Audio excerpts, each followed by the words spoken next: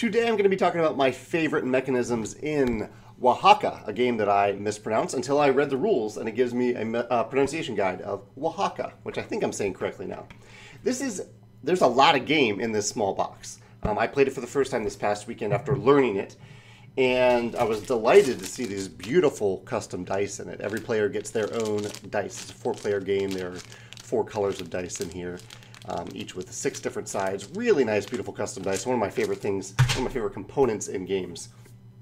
And it's just a solid game, but I want to mention kind of the core mechanisms because they work together in a really clever way, and I guess there are 2 little design things that I wanted to mention here. On your turn, well, at the beginning of each round, you roll all your dice and you have them available, and then on your turn, you're usually choosing one of your dice and showing that you've used it, and doing something with the icon on the die. So say that you have this little cube on your die. You have one of 2 things that you can do with that cube. Primary things. I won't go into all the little things you can do. And I really like actually that these things are shown on your player mat. So you can see here between the or. These are the 2 things you can do. You can gather or you can craft, and it's really nicely laid out on this player mat. And the back, actually, the player mats have victory points because you don't score points until the end of the game. I thought that was clever as well. Lots of little clever touches in this game.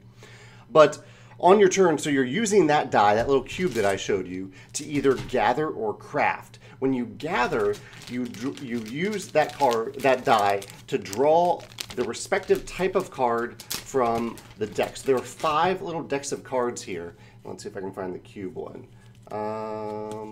Cube. I don't have it in this deck. But there are 5 different types of cards, and you're blind drawing from the top of one of these decks, but you get to draw 2 cards and pick 1. I like everything that just happened there. I like that you're choosing a die to choose a specific type of deck because the types of decks have different types of cards in them. There's jewelry focuses on points, pottery focuses on workshop, textiles focus on general bonuses, tin art focuses on dice manipulation, and wood carvings focus on player interaction. They give you a little guide here to show you what you can expect to find in the decks. But I really like, as you may know from watching this channel, one of my pet peeves in games is when you have to read text on cards from across the table. So the thing that you can do in those games is don't reveal any cards unless that's just icons, not a bunch of text, just icons. But when you do that, you kind of take away some of the player choice or player agency. This game gets around that by doing 2 things. One, by having 5 different decks of cards, each one focused on a specific type of mechanism in the game. And 2, you're drawing 2 cards and picking 1. I think this is a perfect solution for any game that has text on cards where you're drawing cards. Rather than making players reach across the table and read them and look at them, just have a blind draw where they draw more than 1 and have different types of decks so they can still have agency over the type of card that they're choosing. Very, very clever. The other thing you can do with the die, and I think this is equally clever, is that the main thing that you're doing in this game is you are crafting these items. So when I acquire this card, I put it face up in my workshop, and I put 3 cubes on it to show that I need to remove those 3 cubes to craft this item and move it over to my market stall, kind of the engine building element of the game, which I love in itself, that there's such a wide variety of engines that you can build in this game, and the order in which you build them matters. But so you're putting 3 cubes in here and trying to remove them, and that's what the crafting action is. So on this type of card, you can see the icon is here on the back, and it's also up here. If I have that type of die, I can remove 1 cube from every card in my workshop that has that icon. That is this type of card, or up here, that type of card. You can hold up to 3 cards in your workshop.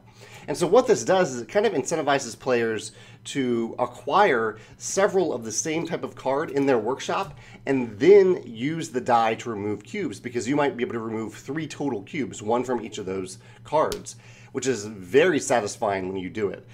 It's actually more rare than you think because the dice are random. You're rolling them. You don't know what you're going to get.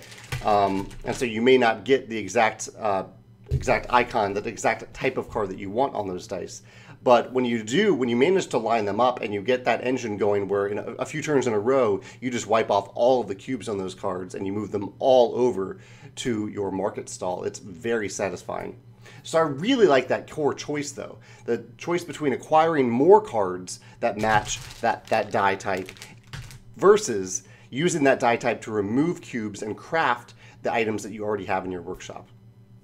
I know this is just a discussion of the core mechanisms, but I just really like how well those two mechanisms go together and how they contrast with each other. It's always an interesting choice based on which one of those you want to choose.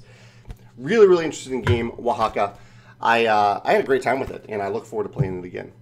If these mechanisms reminded you of any other game that you want to talk about in the comments, I'd love to hear your thoughts. Or if you've played Oaxaca and have a different favorite mechanism that you'd like to discuss, I'd love to hear your thoughts about that as well. Thanks.